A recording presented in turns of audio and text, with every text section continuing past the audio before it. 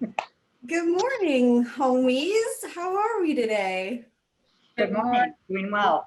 Good. I'm Lora Bladow. If you're just joining us on the Homies podcast with Remax Excel here in the Wausau area, Brittany is one of the other homies. And then From First Web. That's right.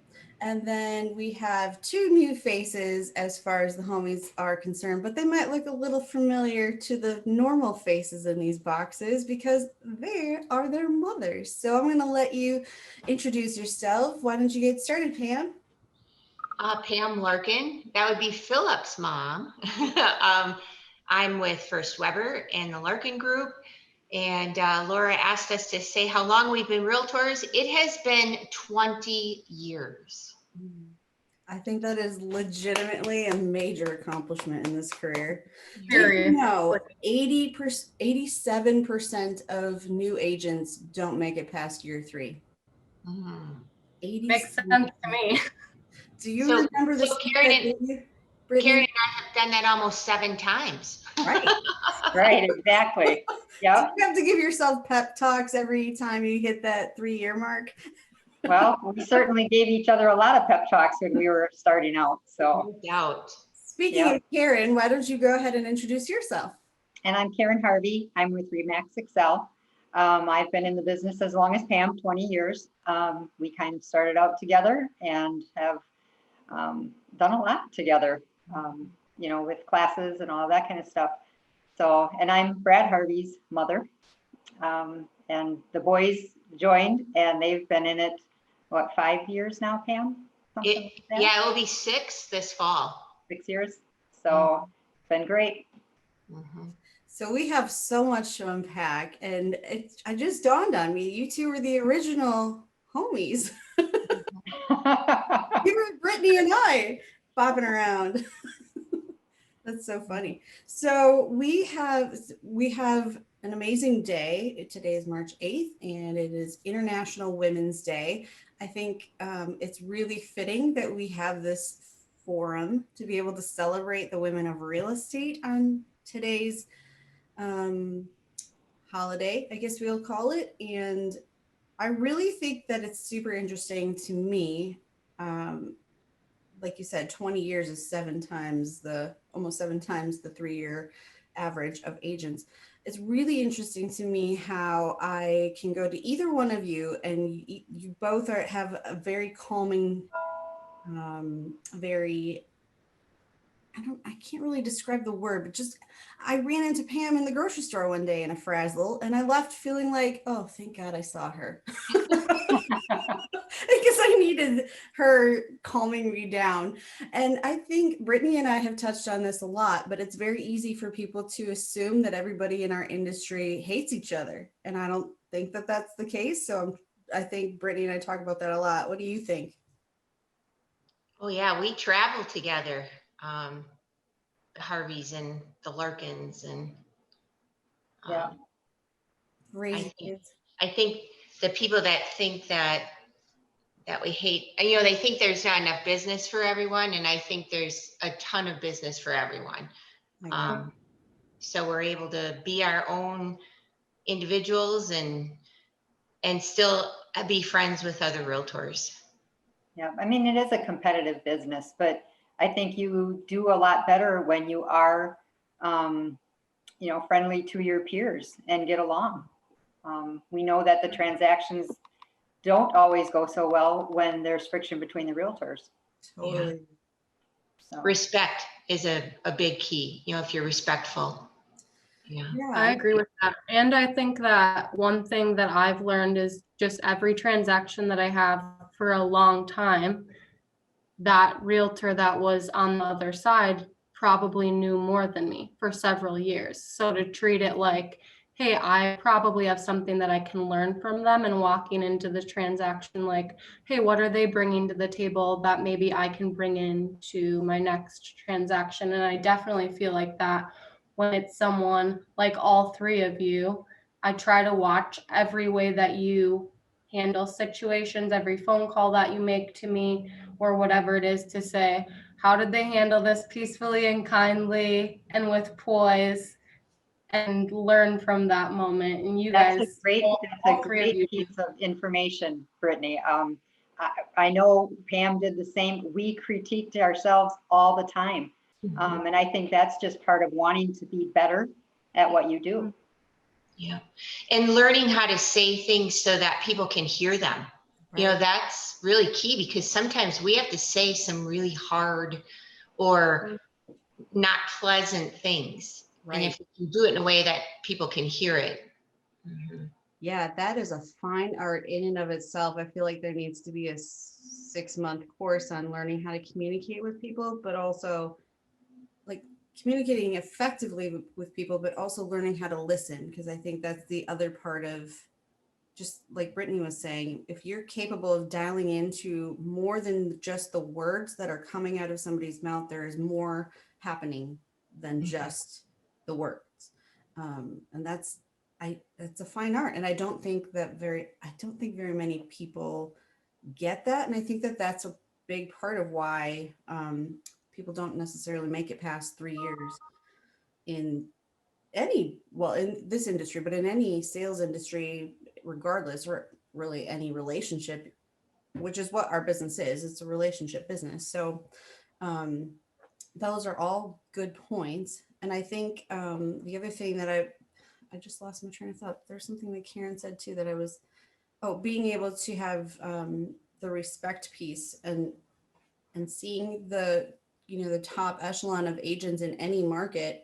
I think it's very common that you see that they work well with people, as opposed to some of the deals where there's a lot of friction. Of course, there's always going to be somebody, that stands out in the top just because they get there and they're driven and they hustle, and good for them. But I think more commonly we see people succeed when they're able to be respectful to the people around them.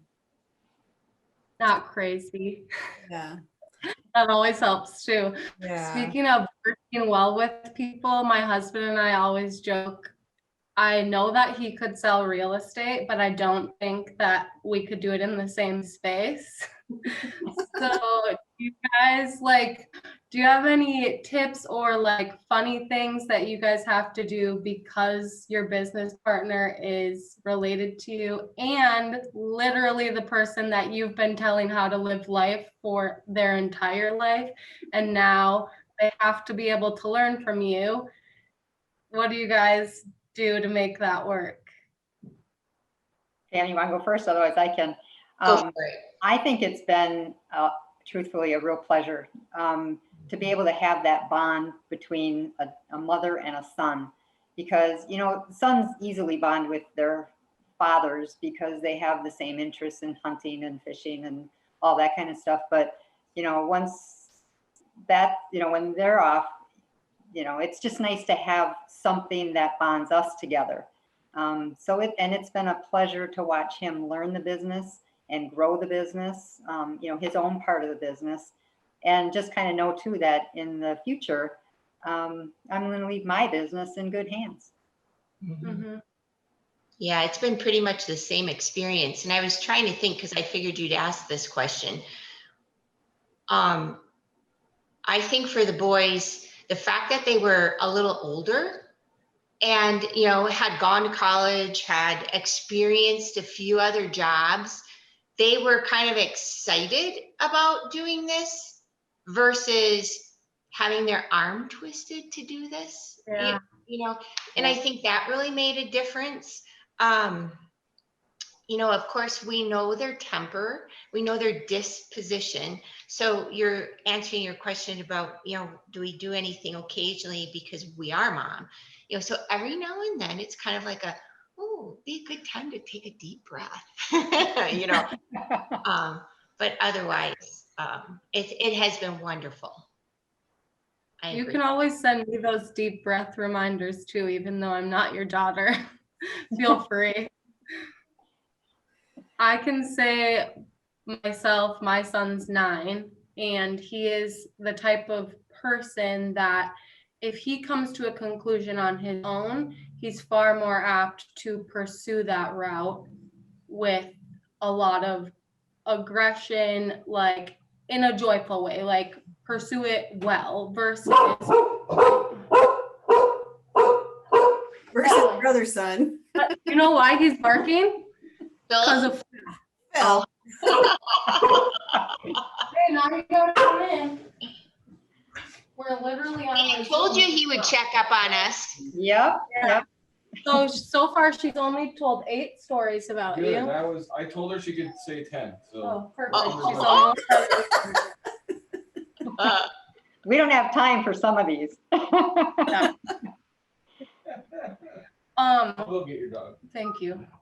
What I was gonna say was like, just being able to watch them when they decide, like you were saying, Pam, because they'd already worked other jobs and done school, watching them decide, okay, I'm gonna take this seriously. I know that if I asked my kids, either of them really, to join this business with me and it wasn't 100% their choice, I would not get the same outcome that I would having them ask me to join my team. And then I think there's a really beautiful thing, having them understand all the work that you've put in 20 years, understanding all of that now, having sold houses themselves. Like, no one can appreciate our job unless you've done it. And to have that with each other, that is super cool. Like, I can't imagine if I could go home and vent the same way that you guys, we all need our moments of just saying, this was really frustrating, got to talk it out. And that's where this home selling homies thing has been really valuable for us. So to have that with your son and they can say, wow, thank you, Mom, for being able to put food on the table and providing these family vacations or all the things that you've been able to do through real estate. That's super cool, because I'm hoping that my kids someday will be like, hey, Mom, I get that you were busting your butt out there, but I don't think they're going to be able to unless they ended up joining a team, which I don't know if we could handle it, but that's down the road. You'll be surprised when they mature and get older. It's fun to watch them mature. And it's been a pleasure. Yeah. It's funny, every now and then Philip will say, I don't know how you did this alone. Yeah.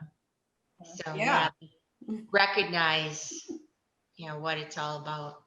Right. It is so funny. It is so funny that you bring that up, because I sometimes look at teams, which I'm an individual. I'm the only individual agent in this group, but I have an assistant, but I sometimes look at teams and I think, would that be helpful to me or would it not be helpful to me? And I still don't have the answer to that. So until I feel like I need to make any changes, I definitely, I can really appreciate having the second set of hands though, every once in a while. So we have to tell at least one embarrassing story. Otherwise, what are we doing here about your kids? So I know we'll keep it, PG and safe. Mother's Day is coming and we want you to get presents. But tell us one thing about your sons that surprised you. Let's go that route. About it doesn't necessarily have to be about the real estate industry, but something like pleasantly that surprised you about where they are now versus where you thought they might be headed as kids. Oh. Well, we were tickled pink and extremely surprised that they moved back to Wausau. When they moved to Colorado, they were never coming home. I can't tell you how many times I heard that. How many times I cried on the way back to the airport as we were coming home, because it was just so heartbreaking to have Philip and Nikki so far away. Mm-hmm. So when all of a sudden a phone call came saying, would you have time to help us improve our home that we bought in Colorado? Like, it was maybe 8 months ago, prior to this call. And we're like, what? And the wheels are starting to turn, and he just kind of kept dropping these little things. Like, finally it came out, we're coming home. And both Steve and I, we'll be there in a heartbeat. That's so cool. I love that. Oh. I can't think of a story. I guess I was always a little bit surprised that this is something that he even wanted to do. when he came back home in marketing and he was at East Bay. I mean, he was always a shoe person. So East Bay just fit into his life, perfectly. Well, as he was doing the marketing stuff there, he realized that, he can't sit behind a computer screen all the time. So that's when he kind of decided that he wanted to join me. And so, I mean, that was kind of a surprise. We had talked about it just a little bit, but when he made the decision to do it, I thought it was great, but kind of surprised me that he changed so quickly.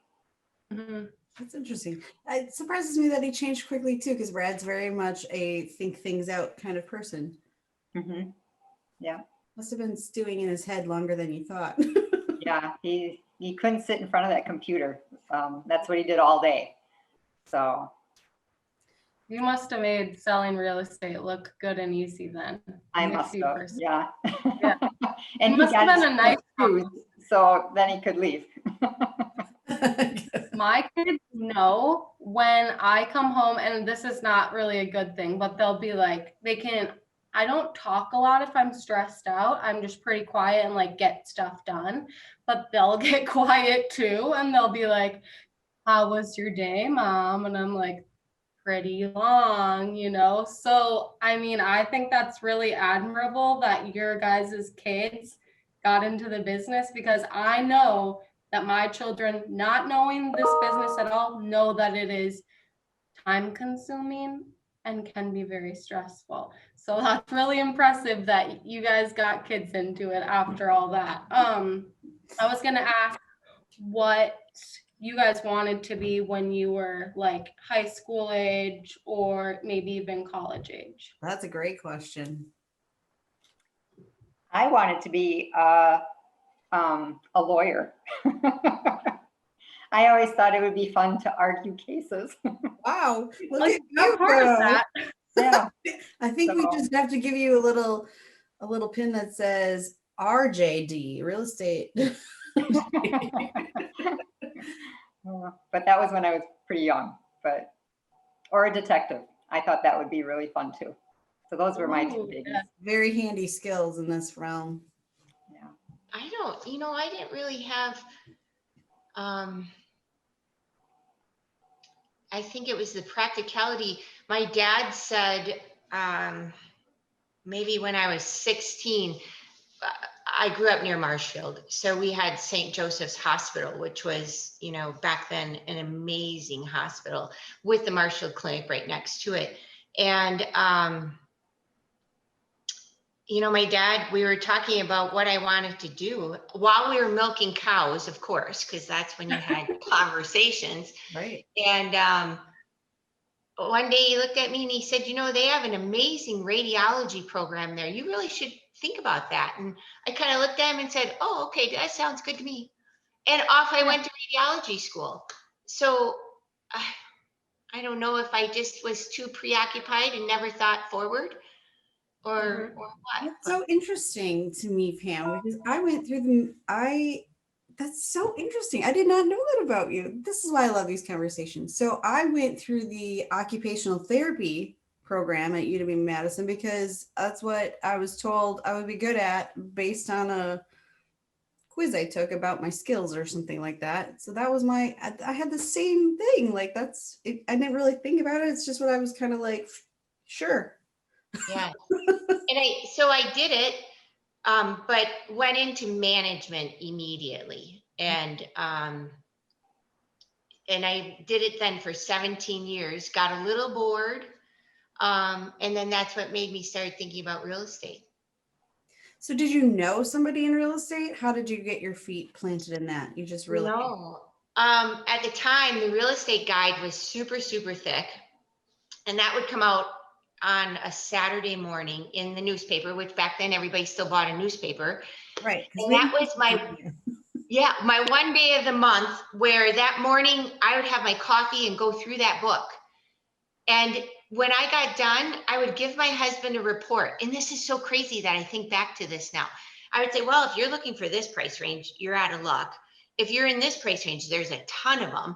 And I would be evaluating this book. And didn't even know that, that I was interested, but yet I'm evaluating the book. Loved floor plans. And then when I started soul searching, it just kind of popped up in my mind. And then of course the fear came of, oh, you can't leave what you know. Right. And then my fear switched, going, you know what, someday I'm going to be 80 and I'm going to say, why didn't you try? So that's what made it flip to, okay, let's go get my license. I just got goosebumps from that.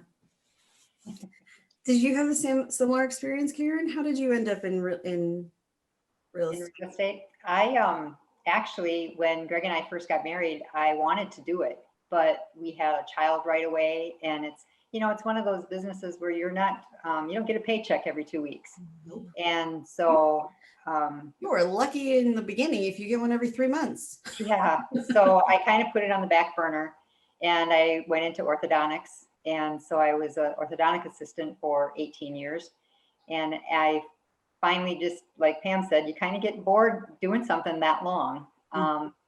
And so I just thought, what do I have to lose? I'm going to give it a shot, and I'm super glad I did.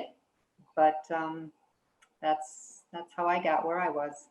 What do you guys say to people? I get the question a lot where they're like, what do you think of real estate? And everyone from the outside looking in is like, this sounds fun because we're posting just listed, just sold. Here's a video tour of a pretty house, not the 40,000 pile that I just listed. You know, like they're seeing the glamour shots of the business. And so I'm constantly getting asked what, they don't even ask me if I think they could do it. It's just like, what do you think of real estate? You know, knowing that they probably are thinking in their head that they want to get into it. What do you guys tell people that ask you about your occupation and if you suggest it?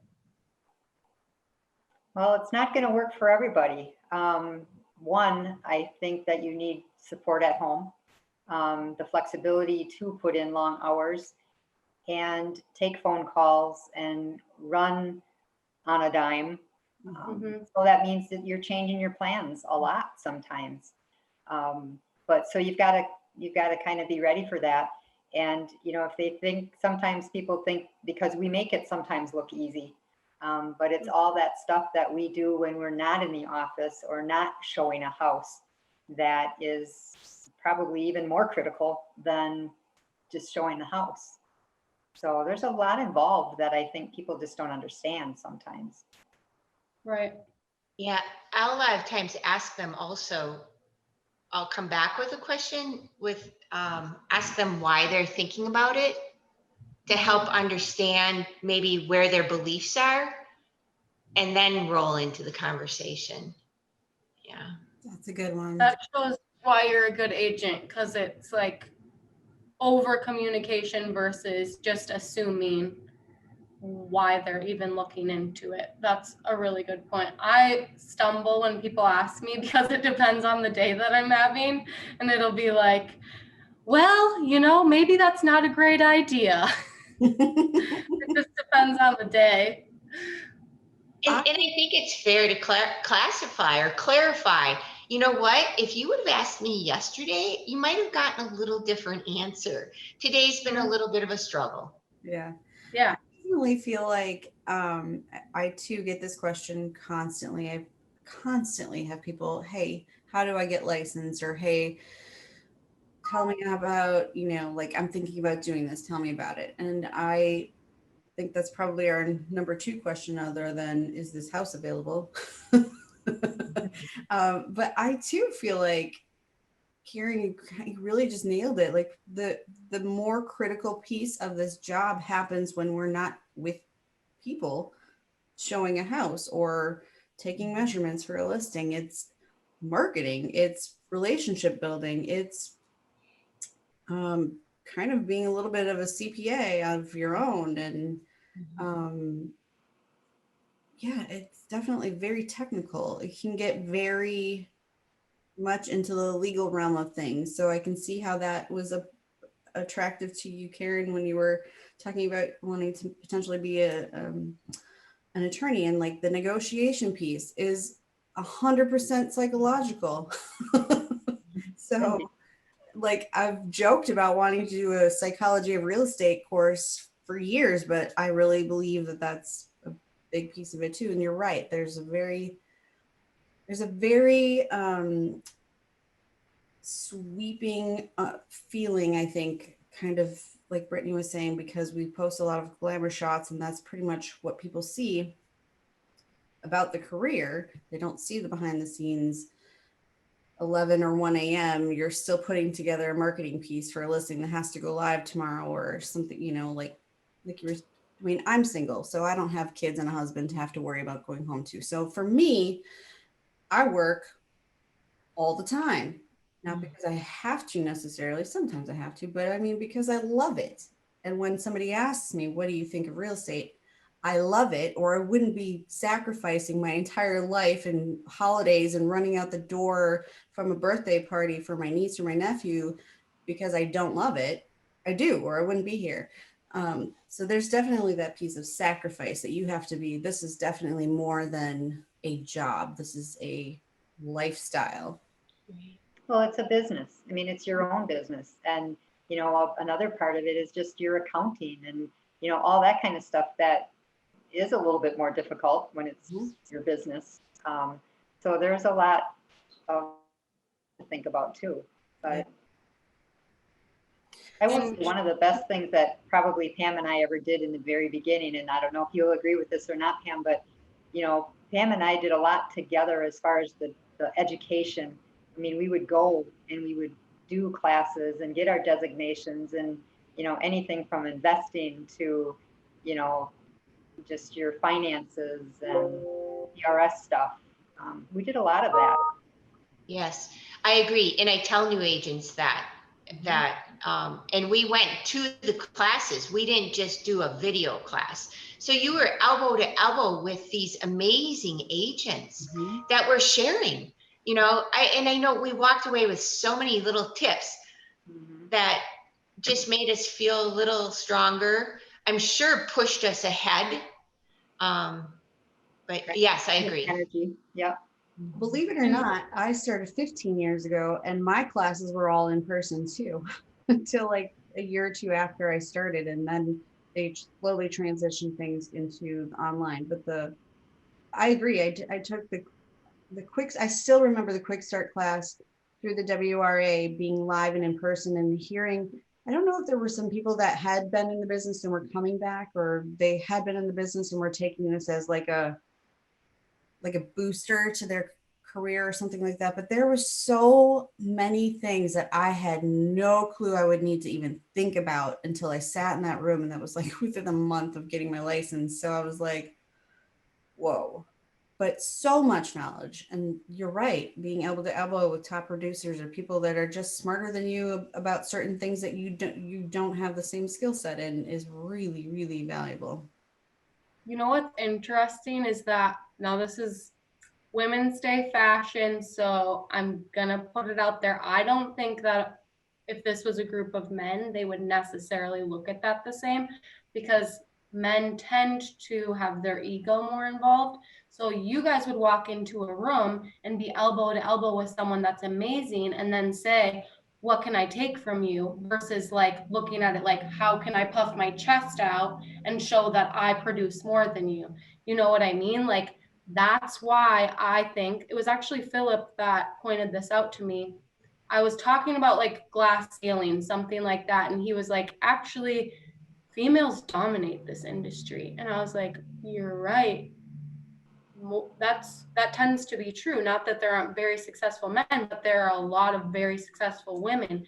And I look at the dynamics of what it takes to be successful in this business, and you're like, oh, that's why women dominate, is because they're able to humble themselves very quickly and pull from other people that knowledge. And also, I don't believe in multitasking. I don't think it goes well most of the time, but we have to do it often. So I just look at those different things and I'm like, heck yeah, I get so motivated watching all three of you work your business the way that you do. And I just say, heck yeah, women, doing it. I think too, the relationship piece of this business is a struggle sometimes for the male end of the industry because it gets very emotional and I don't like to box people into things because there are women that can't deal with emotions either. So this is not like a man versus woman thing, Right. but I do think that the tendencies are more maternal in a lot of our relationship pieces within this business. And it used to be very salesy, which is how we ended up with the used car salesman like tags, really people thinking that we're just out there to sell stuff instead of helping them. I think that it's evolved though. I don't feel like we're in that same place anymore. And you can, I mean, clearly you ladies have been here much longer than I have. And I'm curious what your thoughts are.